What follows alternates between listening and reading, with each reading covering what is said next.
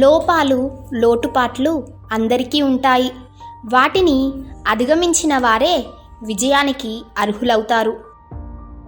మాట అనేది చావాలనుకునే వాడిని బ్రతికించేలా ఉండాలి, కానీ బ్రతికి ఉన్న వాడిని కూడా చంపేలా ఉండకూడదు. ఎవరితోనైనా వాదించవలసి వస్తే మౌనంగా పక్కకి తప్పుకో, కానీ వాదించకు. ఎందుకంటే వాదనలో బంధాలు శాశ్వతంగా దూరమైపోతాయి. కనిపించే మనుషులను మోసం చేసి కనిపించని దేవుడికి మొక్కితే మంచివాళ్ళైపోరు.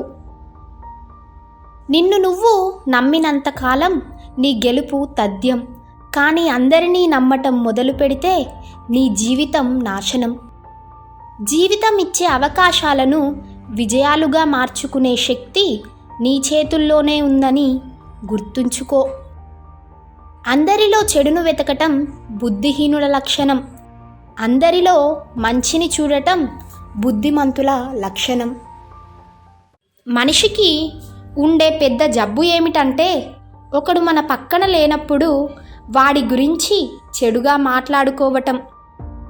కొంతమంది స్త్రీ పురుషులు నీ మంచితనాన్ని అలుసుగా తీసుకున్నారని తెలిసినప్పుడు వారిని ఎంత దూరం పెడితే అంత మంచిది.